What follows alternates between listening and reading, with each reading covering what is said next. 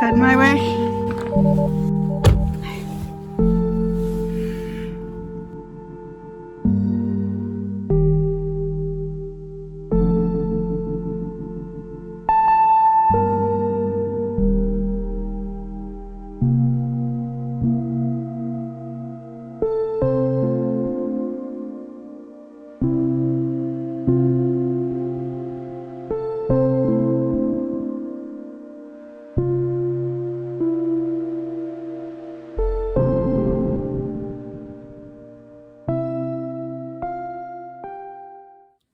You see this?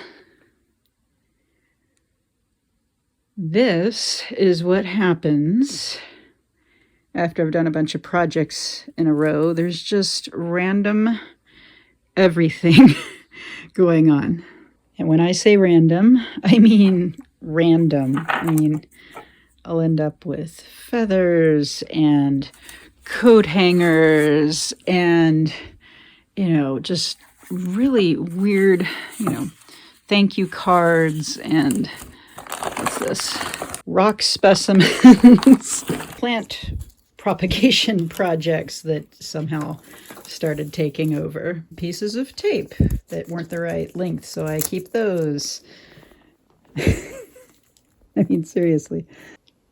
So last video I tackled this part of my studio, which is my tabaret, but now we're going to go after the heart of the beast here. This is where a lot of my work gets made, and it needs to get fixed stat.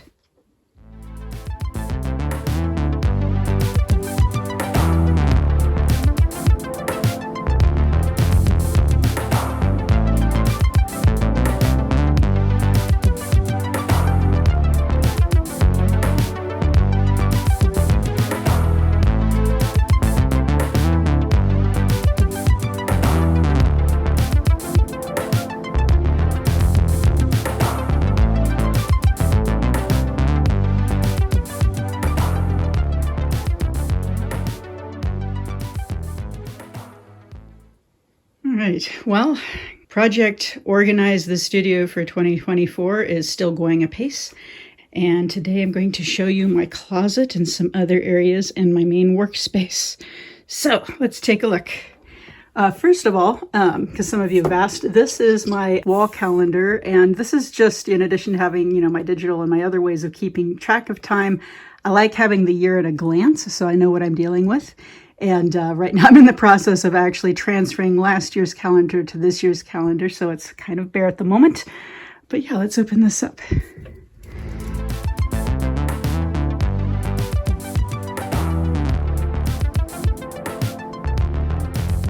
Okay, so up here I've got a glue gun, some stand things to hold stuff up with, some extra tape because if you can see back here, and I do need to fix this because it's just a lot of stuff. But I kept getting this one down all the time because I keep my tape at hand over here, and I was always running out of it because I use a lot of tape in my work. So now I have access to it, so I don't have to reach up here.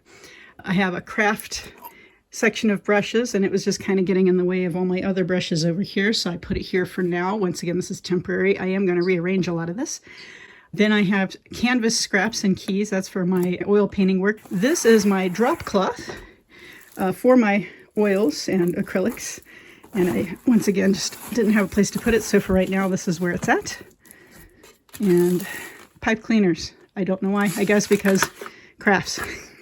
Okay, so this is the most disorganized part that I just showed you. The rest is actually stuff I use.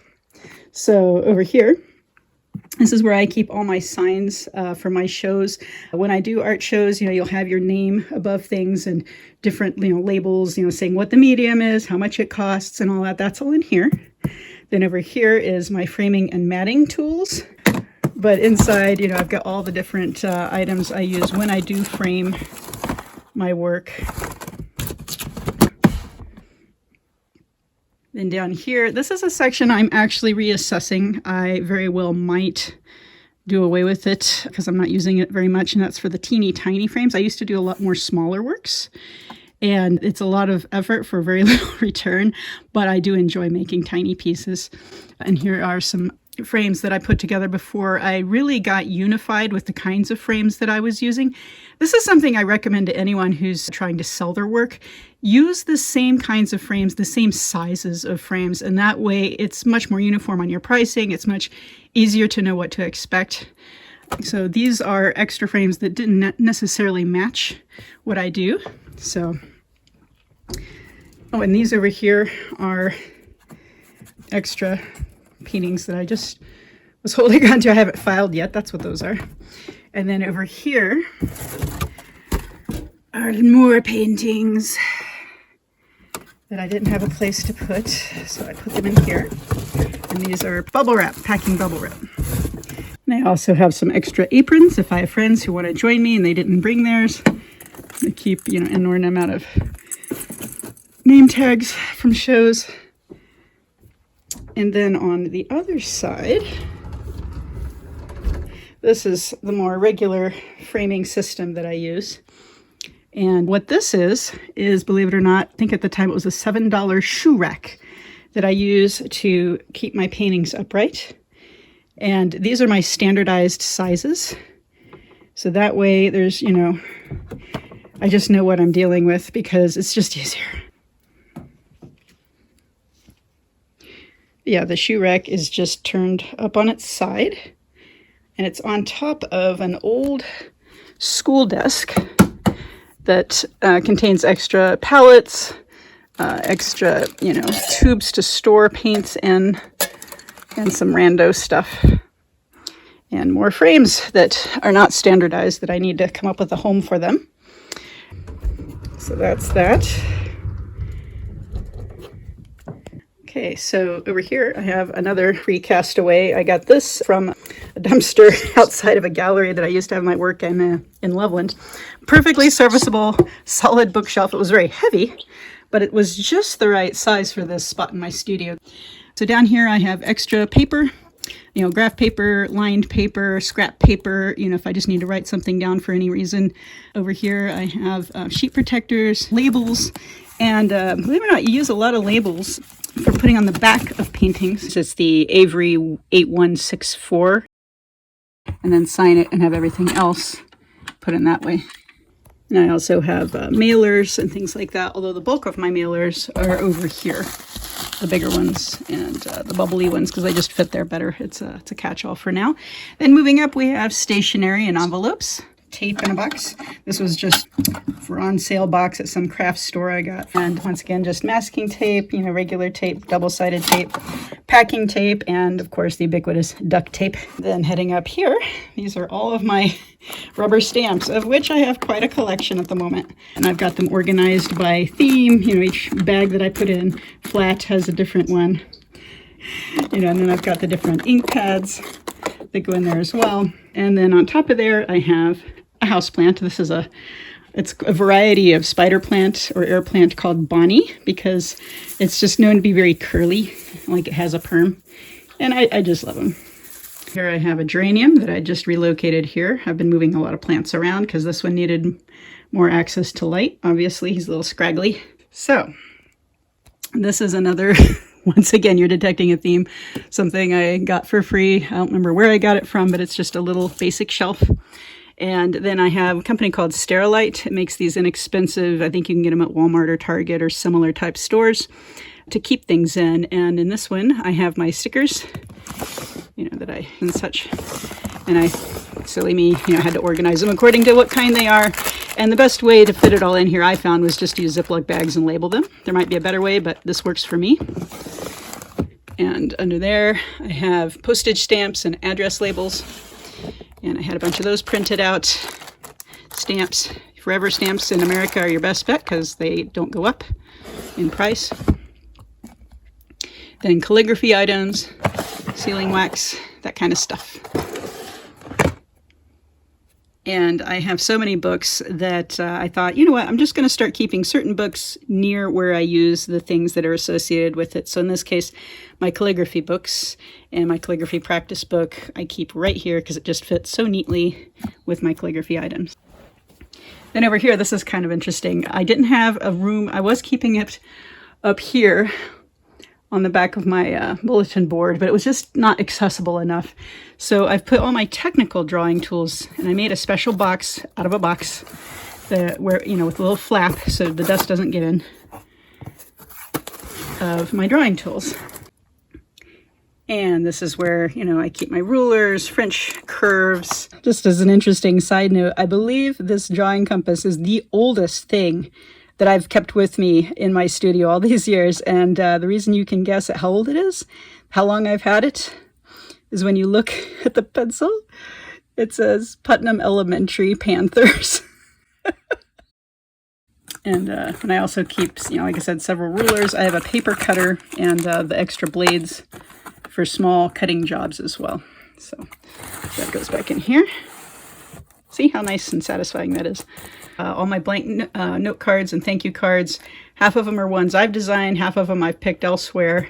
And I keep this right here to keep the sunlight from coming in, because over time, especially if you live in high altitude sunlight like I do in Colorado, a lot of the colored papers will get faded out by the sun if you keep them near a window over time, and if you're not using them like you should be.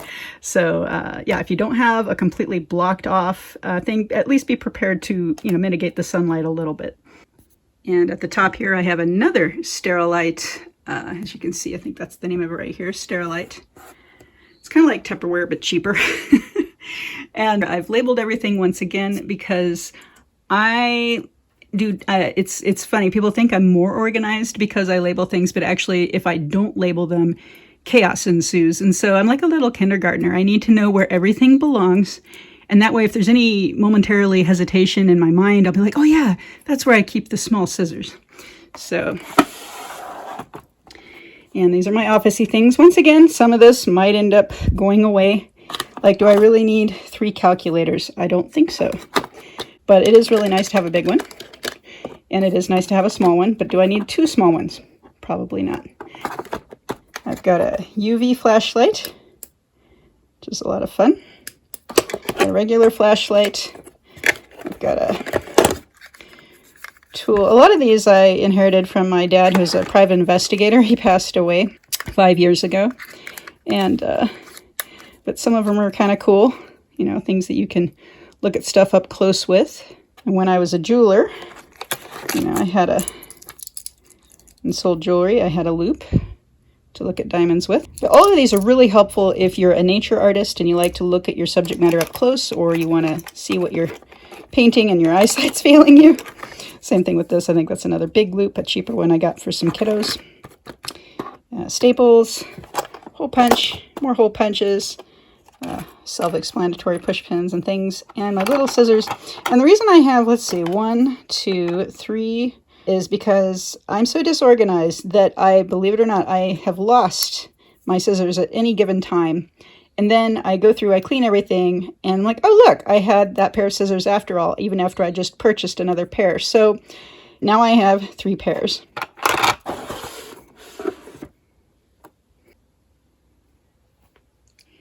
And here is the main work area. But first I'm going to go and show you what I've done underneath.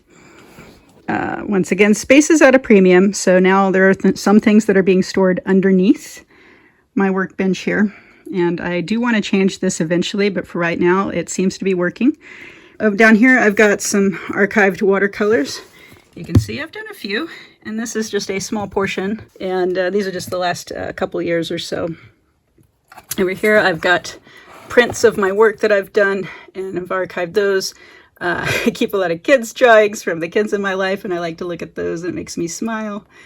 Over here, I've got extra brushes.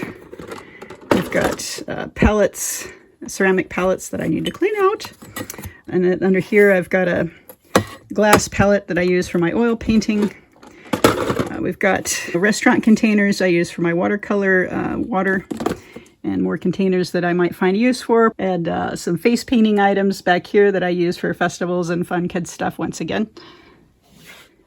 Then going up here, it's a silverware drawer that someone was throwing away, presumably because there's this crack in it, but I've shored that up with glue, and now I have this really lovely thing that I can keep my brushes and pens and things in while I'm working. I can just keep everything here.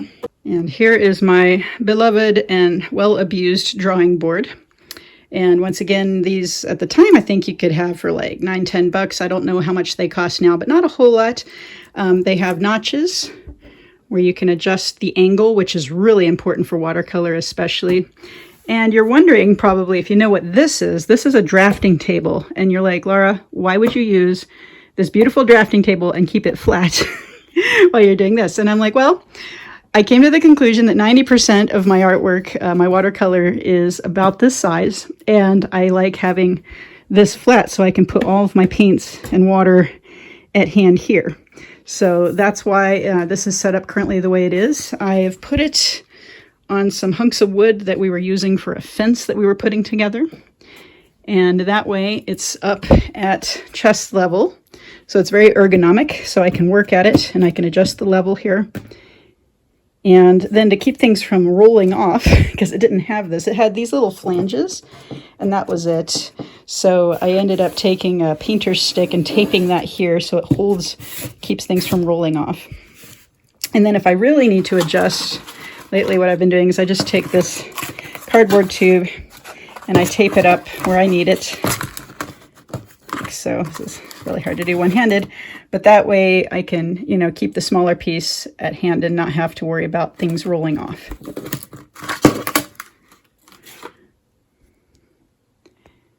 And since my eyesight's been having more and more trouble as I've been getting a little more middle-aged, I've been augmenting my studio lighting with these little guys here. I've got 2 of them right now. I don't have the other one up here. But they're really nice, inexpensive lamps that I can use. And then I have my main lamp, of course, right here. And just for fun, I still have this old 70s lamp. It looks like an old kerosene lantern, and it has a little, I don't know if you can see this or not. It works better in the dark, but it looks like a little flame. And I cannot stress how important it is to have really good lighting when you're working on your piece. I always say, natural light is best, but also if you can augment that with something that is able to give you not just, normal bluish light, but natural light, to adjust the light as these new modern lamps can do. They're amazing. I highly recommend them. This one's by a company called Sunlight, I believe. I'll put the link to this down in the comments because I have 2 of these. They're awesome. They can adjust and are very bright little LED lamps for what they are. I also have this lamp here. Let's blind you. Woo! And that's a natural light as well, LED. These things are amazing. We used to have to use halogen lamps, which were hotter than the surface of the sun and would fry little moths when they would fly into them. So we live in a modern age and take advantage of it, especially the lighting technology. And the only drawback is that I do need to pull this cord all the way across, so I tend to trip over it. So what I'll do is I'll just, when I'm not, using it, I'll loop it very loosely over here. And then back here, I have a clock that tells me what time it is. I don't compulsively look at my phone when I'm working. In fact, I sometimes forget this is even here. I've got a timer for when I really need to keep track because beeps don't really do it for me. I need a full-on, brrr. And got a paint tube because I use that a lot. Paint opener, use that a lot. So I used to keep those a little more out of the way, but now I'm like, I just want them right here when I need them. My bulletin board, which really is more decorative at this point because I've mostly figured out, what paper sizes I want, what ISO paper sizes to pixels I want. And I've had a few people ask, why do I keep these awards up here? And I know it sounds weird, but I do suffer from imposter syndrome pretty heavily. And sometimes it's nice just to be reminded that other people do find value in my work. Never mind the fact that they've paid hundreds of dollars for my pieces. Sometimes it's just nice to go, oh yeah, I'm not terrible. Got rulery things that I just keep here because it's out of the way and I don't step on them, which, believe it or not, is a real danger with someone like me. So I keep them here on the wall. And then when I need it, place it on here and have a nice straight edge when I need it. And same thing with the yardstick. Have that right back in here. Oh, and I also forgot to show you that I do have one of these standing mats. I stand 90% of the time when I'm painting because it's just better for you overall. But this actually really saves your back. It's, I think this came with the standing desk that I have for my computer, but you can get these, you know, at office kind of supply shop. Highly recommend it to save your back. So there you have it. That was part 2 of my how I'm organizing my studio. Hopefully it's been somewhat helpful, and I will see you next time that I do this.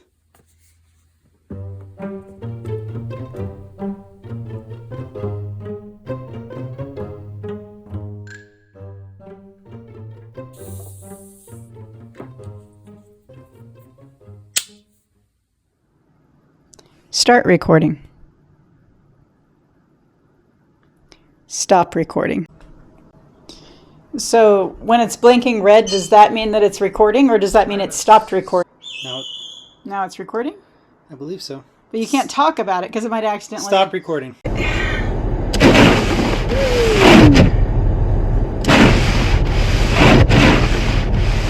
You can see, this is really dark in here, but see now you can see I'm looking around, you know, but then I can take this. Yeah. And now you can see Okay. how, you know, it should show. Yeah. See how it's delayed a little bit?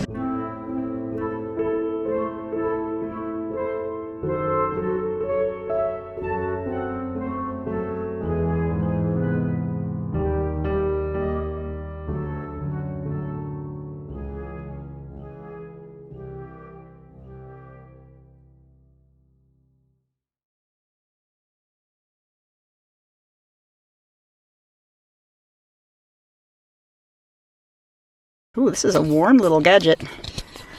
I wonder if I held it out here if that would be better. Well, we'll find out. All right. Stop recording. It's not stopping. I'm going to push the button. It has a little, what do you call it? It has a, it's a, so I put them in here.